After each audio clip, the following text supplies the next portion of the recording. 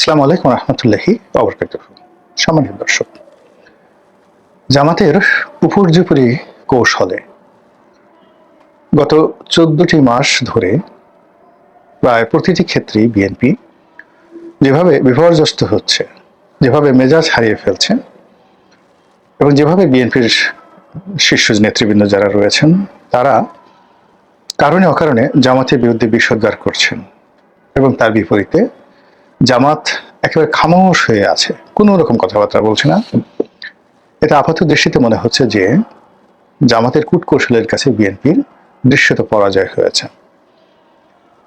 আপনি যখন একটা জায়গাতে যুদ্ধ হয়, মৌখিক যুদ্ধ, স্নায়ু যুদ্ধ, সেই স্নায়ু যুদ্ধের মধ্যে যারা স্থির থাকতে পারে ধরে নেওয়া হয় তারা বিজয়ী, আর যারা খুব অস্থির হয়ে যায় ধরে নিতে হবে যে তারা পরাজিত হচ্ছে।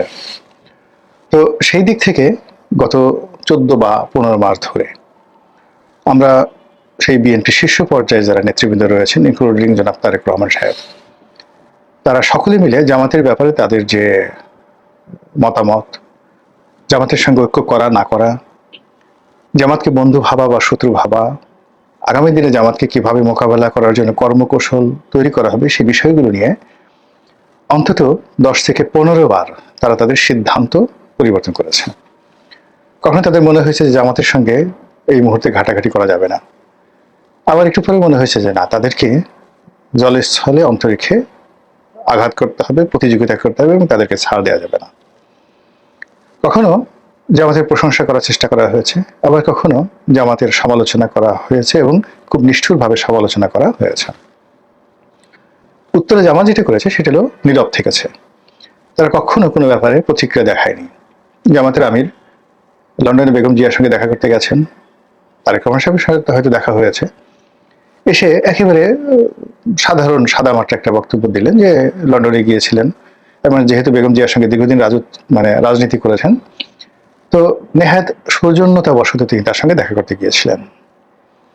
আবার বাংলাদেশে উনি যখন অসুস্থ হলেন, বিএনপির নেতৃবৃন্দ রয়েছেন, তারা তার সঙ্গে দেখা করতে গেছেন। জামাতের অন্য যে সকল নেতৃবৃন্দ হাসপাতালে ভর্তি হয়েছেন তাদের সঙ্গেও বিএনপি নেতৃবৃন্দ দেখা করতে গেছেন। ইতিমধ্যে বেগম খালেদা জিয়া যখন হাসপাতালে ভর্তি হলেন, এভারকেয়ার হাসপাতালে, এখনো তিনি সেখানে আছেন, সেখানেও জামাতের নেতৃবৃন্দ গিয়েছেন। কিন্তু এই সকল দেখা সাক্ষাৎ মোলাকাতের মধ্যেও তাদের মধ্যে স্নায়ুযুদ্ধ থেমে থাকেনি। বিএনপি খুব ভালো করে বুঝতে পেরেছে যে জামাত এখানে 3 থেকে 4টি টিম তৈরি করেছে, A team, B team, C team.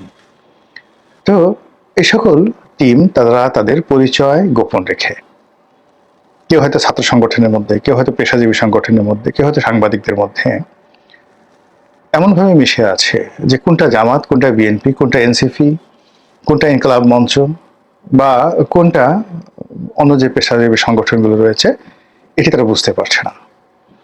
BNP এও বুঝতে পারছে না যে আওয়ামী লীগের সঙ্গে ভারতের সঙ্গে জামাতের কেমন সম্পর্ক আছে। বিএনপি এও বুঝতে পারছে না যে ডক্টর মোহাম্মদ ইউনূসের সঙ্গে জামাতের এই মুহূর্তে কেমন সম্পর্ক যাচ্ছে, এনসিপির সাথে সম্পর্ক কেমন, সেনাবাহিনীর সাথে সম্পর্ক কেমন, তা নিয়েও বিএনপির মনে যথেষ্ট সন্দেহ দানা বেঁধে উঠেছে।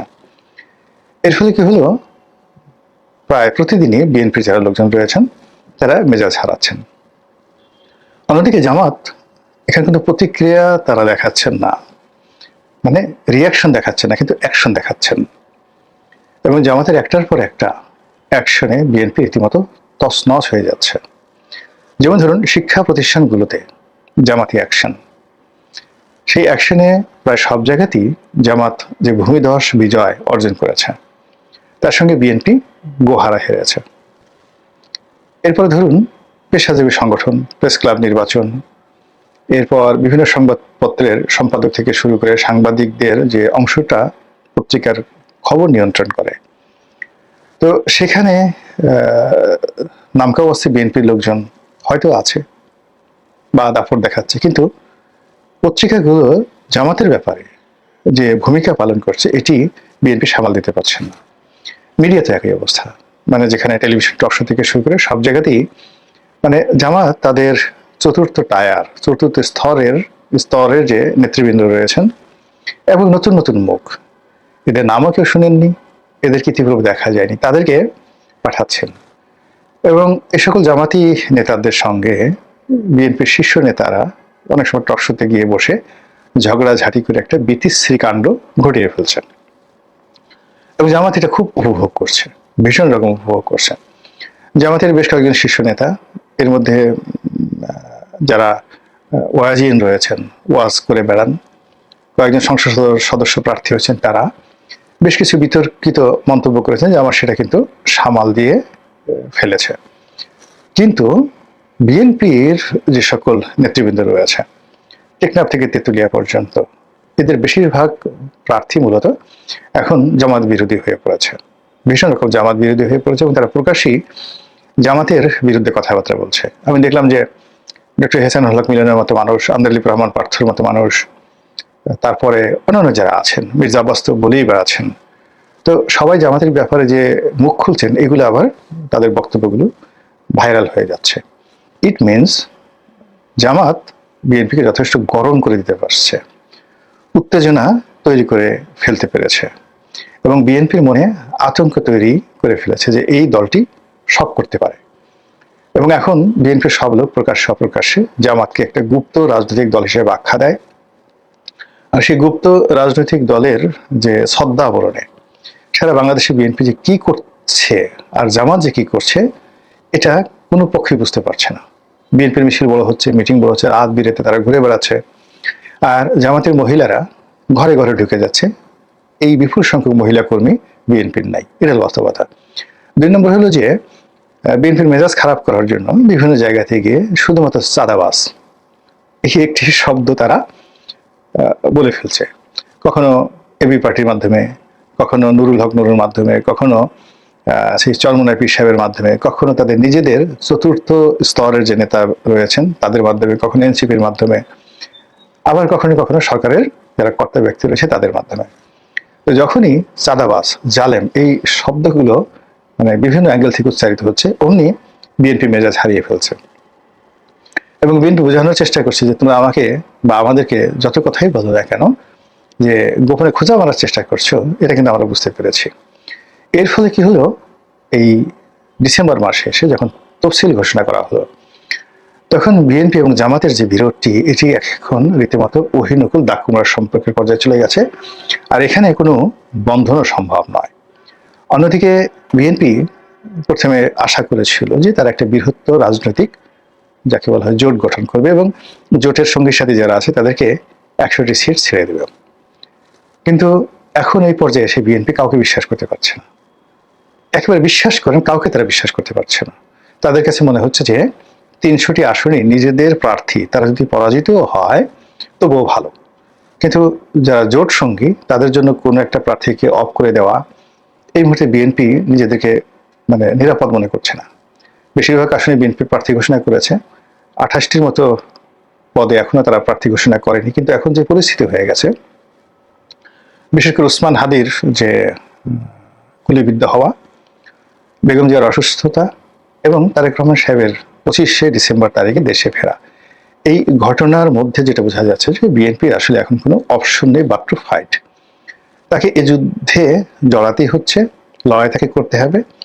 আর লড়াই করার জন্য কখনো দেখা গেল যে রাজপথে যাদেরকে নিয়ে যুগপৎ আন্দোলন করেছে, আন্দোলন একটা জিনিস, কিন্তু এই মুহূর্তে জামাতের সঙ্গে একটা সিমেন্টেড এবং রেজিমেন্টেড সংঘবদ্ধ একটি রাজনৈতিক শক্তি, যাদের অর্থ আছে, টাকা আছে, কানেক্টিভিটি আছে, ঠান্ডা মেজাজ আছে, তারপরে তাদের যাকে বলে অন্যের মেজাজ গরম করে দেওয়ার জন্য দেয়ার আর ম্যানি মেশিনস, তাদের অনেকগুলো যন্ত্র আছে। সেই প্রোপাগান্ডা মেশিন দিয়ে তারা যে কোনো মানুষের মেজাজ গরম করে দিতে পারে।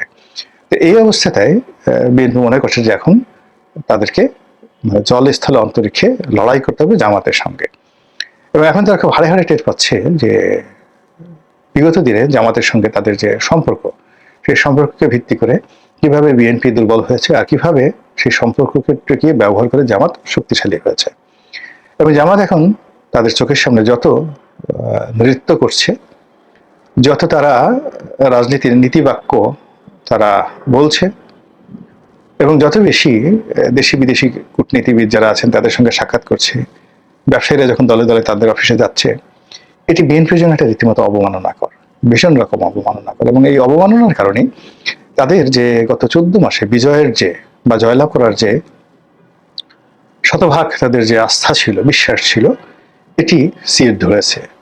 ফলে জনাব তারেক রহমান সাহেব বলতে বাধ্য হচ্ছেন যে নির্বাচন যত সহজ মনে করা হচ্ছে, আসলে নির্বাচনটা অত সহজ হবে না। এটা অনেক অনেক কঠিন হবে এবং অতীতের যে কোনো নির্বাচনের চাইতে এটি বেশ ঝুঁকিপূর্ণ হবে এবং এটা মাঠে ইতিমধ্যে দেখা যাচ্ছে। মাঠ উত্তপ্ত হয়ে পড়েছে, ঝুঁকিপূর্ণ হয়ে পড়েছে এবং যেভাবে অনাস্থা, অবিশ্বাস এবং হানাহানির শঙ্কা বা ভয় ছড়িয়ে পড়েছে, সেই তুলনায় নির্বাচনের যে আমেজ, উৎসাহ, উদ্দীপনা নেই বললেই চলে। মনে করা হয়েছিল যে তফসিল ঘোষণা করার পর নির্বাচনের ট্রেন চালু হয়ে যাবে, কিন্তু বাস্তবে যে একটা দেখা যাচ্ছে সেটা হলো তফসিল ঘোষণা করার পর নির্বাচনের ট্রেন উল্টো দিকে চলা শুরু করেছে। এখন এই উল্টো দিকে চলা ট্রেনকে আবার নির্বাচনের দিকে মুখ ফেরানোর জন্য সরকার কতটা কার্যকর ভূমিকা রাখতে পারে সেটাই দেখার বিষয়।